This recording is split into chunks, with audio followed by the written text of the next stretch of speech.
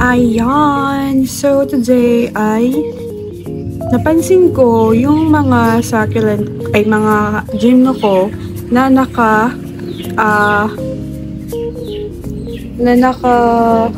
aqua soil is hindi pa sila well rooted, unlike yung mga naka Kiryu is well rooted na sila.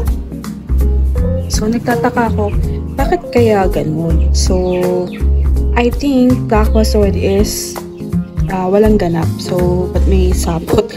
Wala siyang ganap, hindi siya nakaka-help to na mag-ugat yung ating gymno. So it's a waste of money.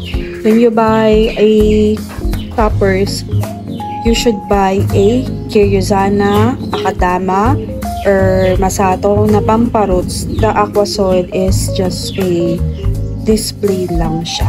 Ganun lang siya. So sabi ko, bakit yung mga well-rooted na, tapos sila is hindi pa. Ayan. So, pero yung mga cultured soil, okay naman, kapit na sila sa ugat. Pero yung mga kagaya nito, hindi pa. Naunahan pa sila ng mga day trip ko. Ayan.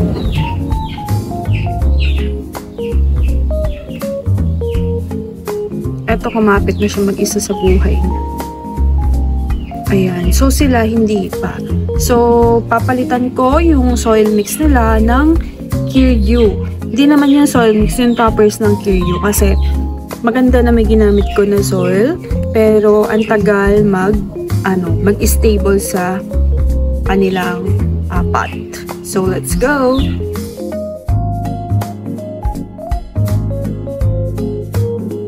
Ito kadami yung mga papalitan ko ng toppings. Yung iba, nag-ugat naman kasi ang tagal na din ito, pero hindi sila ganun ka-stable. So, naisip ko, waste of money lang yung aqua soil, pang display lang talaga siya. So, ayan. Ayan! So, itatapon ko lang yung mga aqua soil dito. Layo ko lang yung kape ko kasi baka dun matapon. Ayan.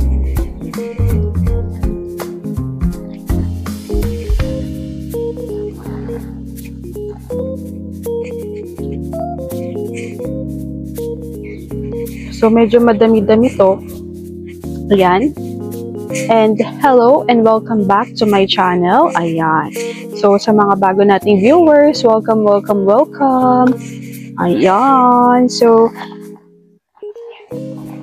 mahilig pala si Ma'am Babylin sa mga kababalaghan. Ayan.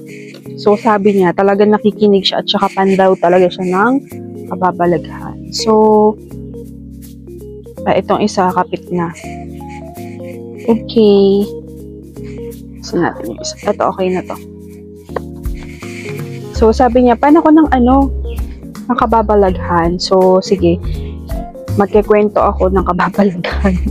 Ito po ay kababalaghan series. Ayan. Ayan. So, tanggalin ko lang muna. Tapos, mamaya ay ikabit natin. So, mamaya na ako magkikwento pagka natanggal ko na lahat.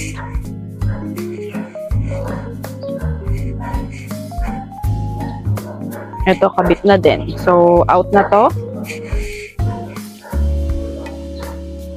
Lagay ko lang to doon. Sige, dito na lang muna. Yan. Ito, medyo maugat na siya, pero palitan ko na din. Nagigil na din ako magpalit eh. Ayan. So, wala nang kulay yung iba. So, yun. Wala akong tray. Nagtaka kasi ko, bakit ganito, hindi pa sila well-rooted. Ayan. So, yun. May ugat naman yung iba, pero hindi talaga sila kapit sa kanilang mga ugat.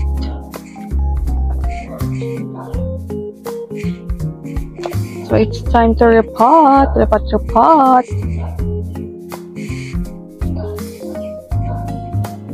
Pero itong ano na to, ito, kapit na siya.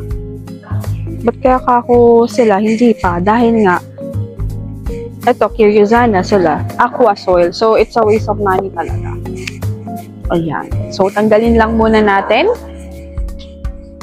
Ayan. So, for those na mga newbie sa gym, no, kung gusto nyo mabilis sila mag-ugat talaga, is use the Curiosana. Kasi, mas maganda siyang gamitin. Ayun. So, sa mga gym na lovers, diba, they use, yan, yung mga akadama, ganyan. Ito, nag-ugat naman siya, pero hindi lang talaga kapit pa. Ayan. So, ang dami ko na-collecta na Aquasoil. Waste of money yung Aquasoil. Magdagdag ka na lang ng konti. Bili ka na lang ng Curiosana, Akadama, Masato, or Kanuma. Pero the best is the Curiosana. Ayan. So, ito na nga yung kwento ko, Ma'am Baby. Yan. Tara lang. Kaya ano ko lang itong mga to.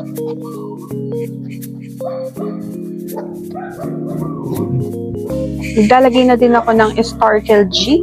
Yan. Higop lang ako ng kape.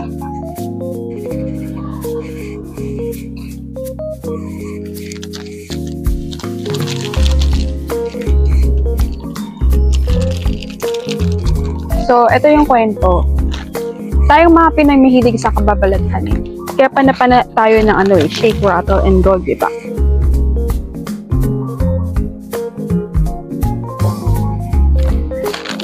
Wala pa kasi itong Starkel G. So, ayun nga.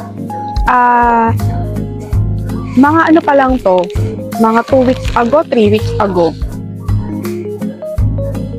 Ayan, horror edition tayo ngayon.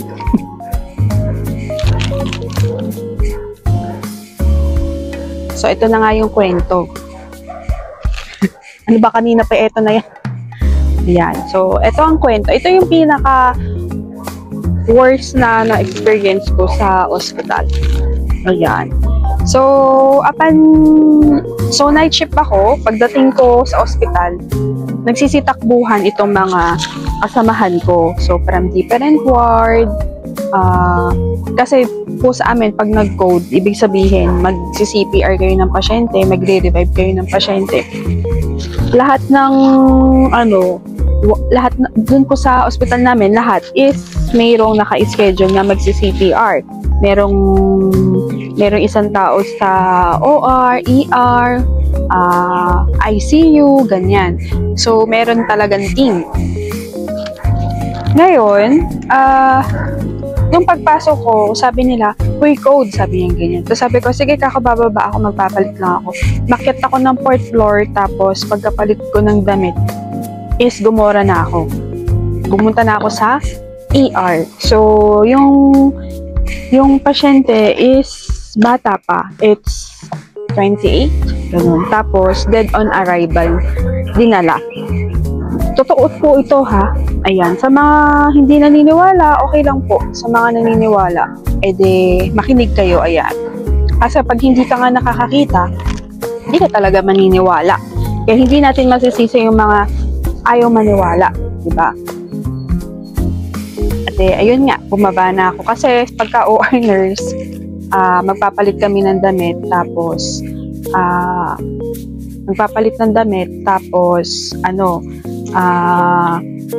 kailangan kasi sterile yung area ng OR dahil nagbubukas ng katawan. So, ayun, magkapalit ko kasi ayokong naka-white na magsi-CPR. Tsaka maluwag yung pants ko, baka mahulog habang nagsi-CPR. So, ayun, maglalagay na po ako ng toppings. Nakikita nyo ba? Ayan. Ano yung parang stick? Ito. Okay. Ayun, maglalagay na po ako ng toppings. Kwento muna ako habang naglalagay tayo. Tapos, ayun nga po, nung nakita ko yung pasyente, 28 years old or basta 20-ish is, na siya, dead on arrival. So, wala na siyang buhay. Tapos, according sa parents is, ano daw, tawag dito, hindi, parang nakita na lang nila parang ang huling kain, hapunan, tapos nakita na lang nila na ganun na. So, nangingitim na yung pasyente. So, matagal na siyang na maalam. Tapos sabi, nagte-take din ng pampatulog, ganyan. Tapos wala daw siyang work and obese siya. So mataba siya. So the obese person is candidate kasi sa mga sakit, cardiac arrest, ang mga heart disease kasi traitor yan eh. Hindi mo alam, bigla ka na lang aatakihin without any symptoms. Kaya yung iba nagugulat sila, hala, namatay si tapos yung katawan is mataba. Pero hindi naman lahat. Meron din naman na fit, pero nagka-cardiac arrest. So, it depends sa lifestyle talaga. So, ayun, nagre-revive. Tapos, hanggang sa in-announce na wala na nga, na the patient is dead. Ayan. So, nung sinabing ganun, umakyat na ako sa OR kasi may gagawin pa kami eh. So, nung nagkwentuhan muna kami ng mga ka-work ko, ayan. Nandun kami sa nursery. Tapos, while nagkakwentuhan kami, naramdaman ko na parang may tao doon sa door. Tapos, medyo lumapit pa ako doon sa door. So, paglapit ko doon sa door, para akong may tao. Tapos, may yung ka-work namin kasing isa is malakas yung third eye. Nakikita niya. Ngayon, habang nagkukwentuhan kami, hindi ko nga pinapansin kasi tuloy lang ang kwentuhan. Saan na to nakalagay? Ayan, tuloy lang ang kwentuhan namin. Yung ka-work ko, hindi na naman siya tumitingin. Hindi na naman siya tumitingin sa amin. Tapos sabi ko, ba't kaya hindi tumitingin to pag nagkausap kami, di ba, nag-eye to eye contact, ganun. So, hindi siya tumitingin. Sabi ko, bakit kaya? Ayan. So, pag yun ang kasama namin, pagka sinabi niyan, tara na, ganun, talagang sumusunod kami sa kanya. Ibig sabihin, meron siya talagang nararamdaman, may naririnig, may nakikita, ganyan. Tapos, yun, parang naramdaman ko nga na parang may tao dun sa door. Tapos, bigla na namang nag-cellphone itong ka-work namin ng bakit kaya ako hindi siya tumitingin sa gawin ng likod ko. Ganyan.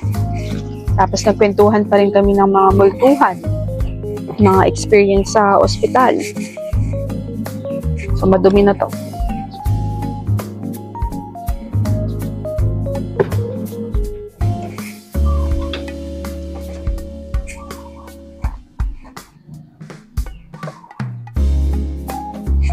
So, while nagkukwentuhan ng mga multuhan sa ospital, mga around 9 or 10, or basta hindi ko na matandaan yung ganap. Nararamdaman ko parang may tao dun sa likod ko. Tapos, tas yung mga paa ko nanlamig yung mga paa ko, tapos parang may nakaapak, ganun yung feeling, sobrang weird. Tapos ngayon, yung ka-work ko, magkausap kami, pag nag-uusap kami, eye to eye contact, hindi na naman siya nakatingin. Tapos yung paa ko, padyak kasi weird talaga yung feeling. Sobrang, bakit ganito? Ba't nanlamig yung paa ko? Tapos parang may umapak. Tapos sa likod ko, parang may humahawak. Ganyan. Tapos, sobrang weird talaga. Tapos sabi ko dun sa... hindi ko na kinuwento dun sa mga kasamahan ko. Kasi alam ko matatakot sila. Kasi mga kinikwento nga nila, yung mga na-experience namin sa ospital. Kasi meron talaga. Marami talaga sa ospital. Kasi syempre, doon nga namamatay yung mga pasyente. So, ayun, nung pauwi na ako dito, 1 hour biyahe. Minessage ko yung ka-work ko na may third eye. Sabi ko ganyan. Ma'am, alam mo ba kagabi? Sobrang weird. Sabi, mayroong saan ba ito nakalagay? Dito. Meron ka akong may parang malamig sa likod ko na humahawak. Tapos, ang bigat ng paa ko. Tapos, yung pinaka-weird na feeling is habang nagkikwentuhan kami, para ba akong magba-black out na ang paningin ko na sa mga kasamahan ko is blurred, ganun. Tapos nilalabanan ko lang. Tapos, sabi niya, yun nga ma'am, sabi niya ganun. Sabi niya, nandun nga sa likod mo, hindi ko lang masabi. Kaya ako siya chinat. Alam ko, nakikita niya kasi nung magkausap kami, eye to eye contact kaming ganyan. Tapos biglang maya-maya tumagilid na ganyan at nagsa-cellphone. So sabi ko, nakikita niya, ayaw niya lang sabihin kasi ayaw niya na matakot yung mga kasamahan namin. Baka biglang sumigaw. Kahit ako ayokong sabihin kasi sisigaw sila. So, ayun, pangalawang encounter ko na yun na pag nagkukwentuhan kami ng mga kaganapan sa mga ganap namin sa ospital at may iba talagang tao or spirit is may lumalapit pag nagkukwentuhan kami. Pero sa iba, hindi naman. So, ayun, sabi ko, di kaya kako yung yung pasyente natin na tinry natin ni-revive pero yun nga, matagal na kasi siyang dead slate na kasi nadala sa ospital. Tapos sabi niya, hindi niya sinabi na siya nga. Hindi niya sinabi na yun nga. Ganyan. Tapos, basta ganun. Parang yung sinabi niya nandun sa ka-work namin na yun nga din, naramdaman ko. Tapos, nandun siya sa boys dressing room. Nandun kasi, sinara ko kasi ganun pinto kasi iba din talaga yung pakiramdam ko. Tapos, ayun, totoo yung pagka may mga patay, ganyan, is magpagpag kasi sumasama sila sa'yo. Sumasama talaga sila. Kaya dapat nagpapagpag. Lumibot ka muna, wag ka muna umuwi sa inyo, mga ganun. Kaya dapat usapan namin pagka ganun magko-code na naman kami tas nasigpay is punta muna kami ng ER, punta kami ng ward, ganun, makipag-chika-chika, mga ganun. So, ayun, yun yung pinaka nakakatakot ko na experience talaga. So, minsan din dun sa may instrument namin pinag-uurungan, lately lang din may nangyari is nahulog, may mga nahuhulog na gamit, as in madaming nahuhulog na gamit at hindi namin maintindihan kung bakit may nahuhulog pero wala naman tao. Nilak na namin yung pintuan, as in alam namin wala talagang tao kasi walang makakapasok sa sa OR eh. Tapos yung kasama ko biglang natulog. So, bata pa yun. Hindi ko naman masabi. Narinig mo ba? Baka kasi matakot eh. So, nung umaga, pagtingin ko, maraming nahuhulog, tatlong may nahulog na chuk. Tapos, ulit, chuk. Tapos, dung huli, chuk. Ganun. Nung una, syempre, hindi namin parang mapapansin na yun, parang ganun lang. Tapos, nung 3 sets, may andyan na naman siya, mga ganun. So, from that, ayun, totoo po talaga na meron. Tapos, daming kwento. Yung hospital namin, 5th floor. Yung 5th floor, sarado na kasi kulang ng nurse na. Konti lang, hindi kayang lagyan ng mga nurse kasi konti lang. Kasi maliit lang naman ang sahod ng nurse dito sa Pinas. Kaya, umaalis po talaga yung mga nurses. Hindi na naman masisisi kung umalis kami, di ba? So, ayun. Yung fifth floor, wala talagang tao. Pero, may naririnig kami. Alas 3 ng madaling araw, minsan hapon, is mayroong nagtutulak ng oxygen. Pero, wala pong tao sa fifth floor. Talagang lahat kami nakatingin na ganun sa taas na pinapakinggan lang namin. Alam naman namin na alam namin na wala talaga. Tapos minsan kino-confirm ng mga kasama ko. Tumatawag sila sa guard, tapos tinatanong nila, wala po ba talagang tao sa sa fifth floor? Wala po bang utility? Alas 3 na madaling araw, magtutulak, wala namang pasyente doon, walang tao, 'di ba? So, ayun, meron tong scale. So, later linisin natin 'yan. So, ayun, minsan ganun, kino-confirm pa nila kung talagang walang tao. So, ayun, parang sino magtutulak nun, nakalak din yung PIP, tsaka bakit magtutulak ng oxygen tank, wala namang oxygen tank doon, tinanggal na, kasi wala naman nga pasyente. So, sino? Tsaka saan sila kukuha ng oxygen? Ang bigat-bigat ng oxygen. So, meron talaga. So, yun yung mga iilan na experience ko sa hospital na yon. So, kahit saan talagang hospital, meron. Ayan. O kayo, anong kwentong kababalaghan nyo? Charot. Ayan. So, yun lang, na ikwento ko lang.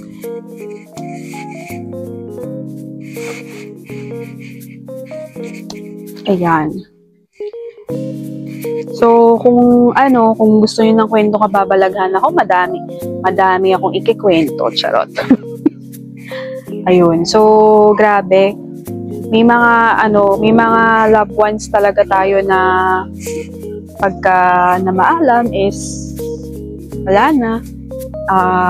Kaya yung mga mahal, di natin kasi hawak yung oras natin. Di natin alam kung kailan babawiin ng Diyos yung buhay natin. So, better do your best every day and always pray. Yan, love your loved ones kasi hindi natin alam kung hanggang kailan tayo nag-i-stay. So, nakakalungkot man para sa iba. Wala tayong magagawa kasi Diyos talaga makakapagsabi kung kailan talaga tayo niya kukunin, di ba? So, ayun, di ba? Nag-advise pa ako. Asan na yung, ilalagay ko dito? Nawala ilalagay ko, ba't sobra yung pot? Kasi ito siya, okay. So, ayan. Anong kwentong kababalaghan nyo? Charot. Ayan. So, minsan kumatawag pa kami sa ICU. Yung baba kasi namin ICU, tapos yung taas nga, yung fifth floor na maraming mga iba't ibang nilalang. So, ayun. Kahit yung mga estudyante namin na mga nurses, ayan, sinasabi nila, nakikita nila na meron. Minsan sumisilip, minsan sumasabay sa picture, tumatabi, mga ganon. So, sobrang dami. Sobrang dami yung mga tipong iidlip ka, biglang gagalaw yung buhok mo na parang may gaganon, tapos may bumubulong, tapos pilit na parang binubuka pa yung tenga mo, mga ganon. Ganon yung experience namin. Akala ko nung una, parang binabaliwala ko lang. Tapos sabi nung binabaliwala ko lang, parang wala lang to, mga ganon. Pero habang tumatagal is ganun sila. So, yun, pray lang talaga. Yun lang talaga yung magagawa natin para sa kanila. Ayan, so pray para sa kanila, sa mga namayapan nating mahal sa buhay.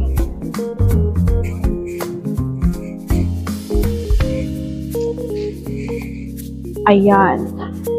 So, yun lang. Shinare ko lang yung kwento ko bilang nag-change ako, nagdadagdag ako ng pating mix dito para mas madali na silang mag-ugat. So, balik tayo sa reality. Yan. Gamit kayo ng Kanuma Kiryu. Pero ako, ire-recommend ko sa inyo si Kiryu. Huwag na kayong bumili ng, tawag dito, ng Aquasol. Kasi magwa-waste kayo ng money. Ayan.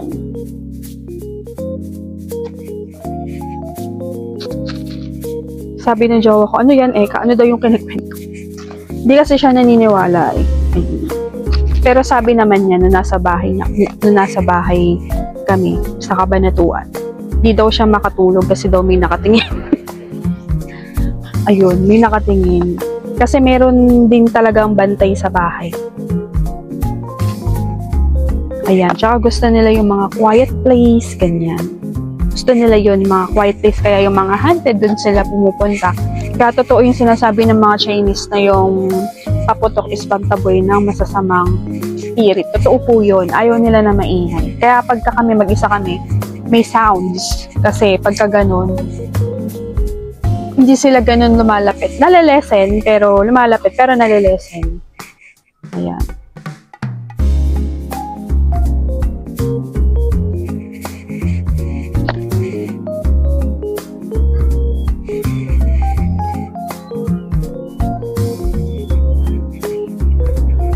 Ayan. Itong tatlo na to, yung dalawa kabit, yung isa kabit, pero yung, anong kabit?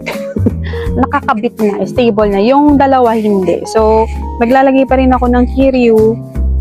Ayan. Kahit na may ano, lagyan na lang natin. So, malakas pang pakapit tong Kiryu. Pang pakapit. Ayan. Diba? Naging kababalaghan tuloy ang ating topic. Ayan. For sure, hindi lang ako yan. Marami. Kahit sa mga pasyente namin. Meron kang ano, no, kasabay. Parang meron kang kasabay na nagra-round sa mo. Parang gano'n. Iyaan nyo lang po siya. Parang gano'n. Ayan. So, ito din, hinangin. So, matagal ko na ito napansin. Ngayon lang ako nagkaroon ng time na mag-ayos nito. Kasi, ngayon lang talaga ako may time. Wala kasi akong box pa. So, waiting. Tapos, i-moist ko to para madali silang mag-ugat.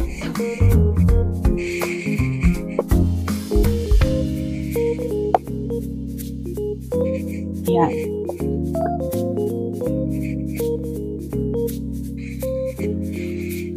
Bakit ano, sobra yung pat, kulang ng isa.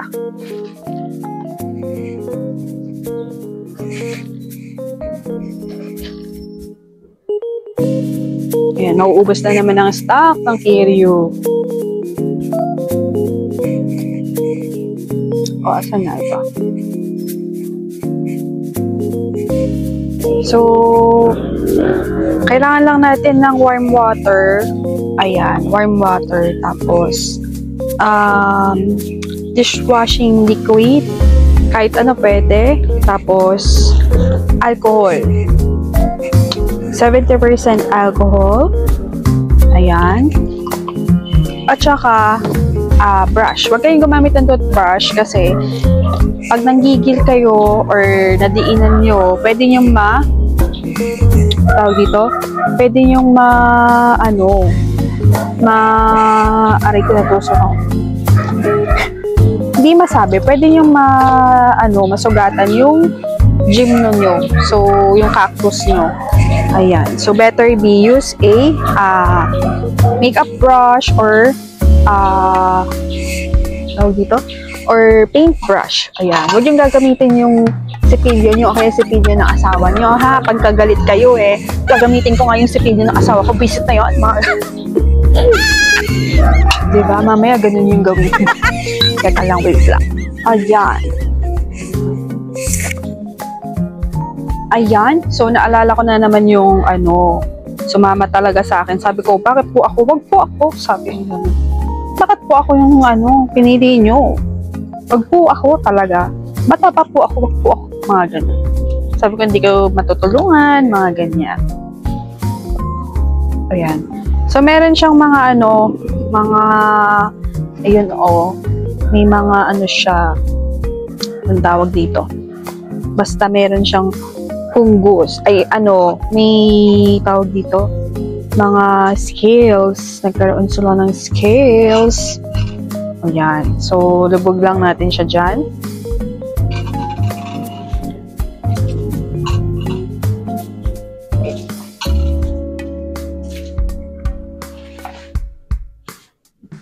So, warm water to ha. Tapos, yung solution natin na may alcohol na may sabon. So, yung iba, alcohol lang, sapat na. Yung iba, wash out. Ayan. So, i-brush na lang siya. So, yun lang. Hindi pala kasya.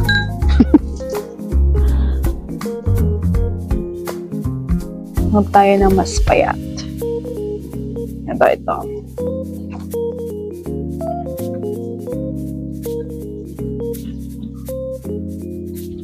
Ayan, ganyan lang. Diba? Linisin mo lang, best. Tapos yung iba, pinapalitan yung solution nila.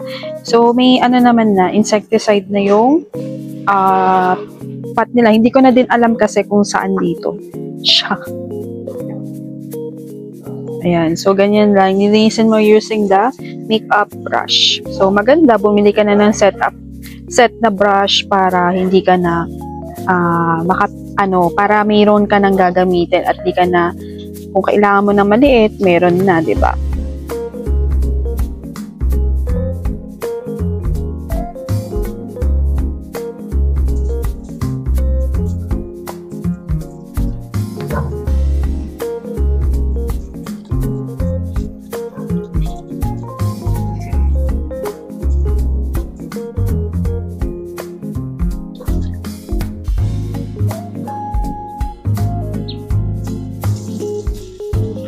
So, yun lang. Madali lang. Kung wala kang time bumili sa ng wash out or ng anything, ganito lang, wapak na.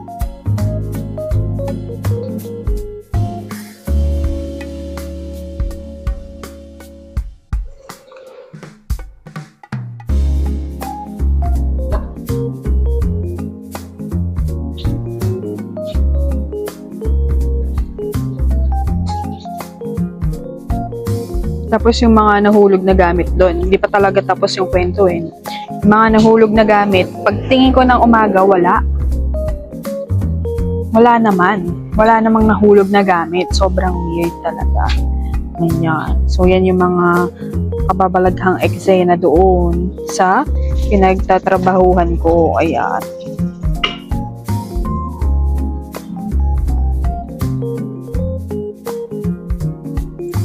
Ayan, so malinis na siya. Tapos, ipaparan ko to sa tubig. Ayun. Ayan. Tapos, ito yung isa. Yung drafted ko na nag-scales. Ayan. Nilinis ko na din. Ayan. So, ito yung inisprayan ko ng fungicide. Hindi natanggal eh. Kailangan talagang kuskusin. Ayan. So, kung wala kayong time bumili ng wash out or anything, yun, pwede naman yun, Joy. Ayan, dishwashing liquid. Ayan, pwede yan. Tapos, pagka nakita nyo na meron ng, insecticide, scales, wag nyo nang hintayin dumami. Wag nyo nang patagalin.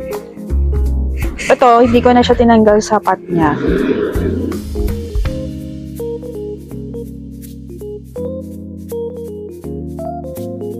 So, ayan, ituloy na lang po natin bukas ang kontuloy nitong vlog na ito, itong video na ito, kasi na full memory na ang aking cellphone. Ayan. So, see you again tomorrow at 7 p.m. for another to be continued vlog. Ayan. So, thank you for watching, and this is your nurse Plantita saying, God bless po at lagi mag-ingat!